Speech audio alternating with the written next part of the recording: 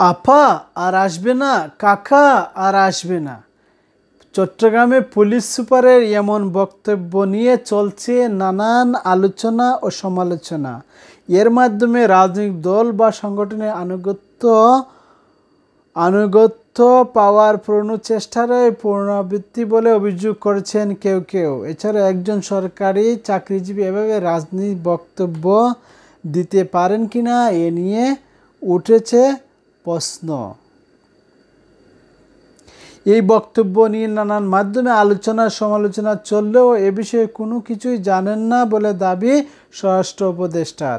বুধবার সচিবালয়ে আইনশৃঙ্খলা রক্ষাকারী বাহিনীর এক বৈঠক শেষে সাংবাদিকের প্রশ্নের জবাবে তিনি একথা বলেন। তবে সরকারি কর্মচারীর এমন বক্তব্য আইনের স্পষ্ট লঙ্ঘন, clear violation of code of conduct বলেই মনে করেন সুপ্রিম কোর্টের আইনজীবী অ্যাডভোকেট মঞ্জিলা মুর্শেদ। এই ধরনের বক্তব্য বা অবস্থান নির্বাচনের আগে আইনশৃঙ্খলা বাহিনীর নিরপেক্ষতা নিয়ে প্রশ্নটি আবারও সামনে নিয়ে আসে।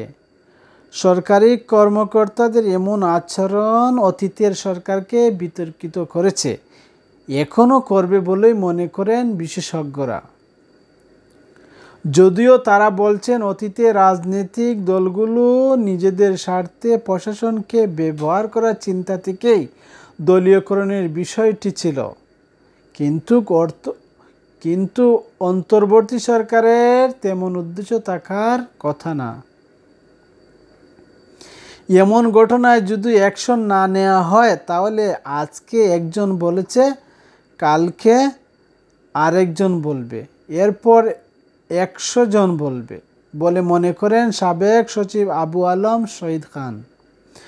জুলাই গণঅভ্যুত্থানে আওয়ামী লীগ সরকার পতনের পর থেকে রাষ্ট্রীয় প্রতিষ্ঠানগুলোকে দলীয় রাজনীতির প্রভাবমুক্ত করার বিষয়টি আলোচনায় রয়েছে।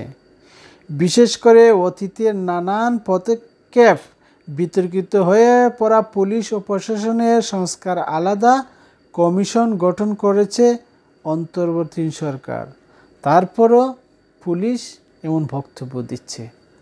বিবিসি বাংলা আজকে একটি রিপোর্ট ছিল। ধন্যবাদ, সাথে থাকুন।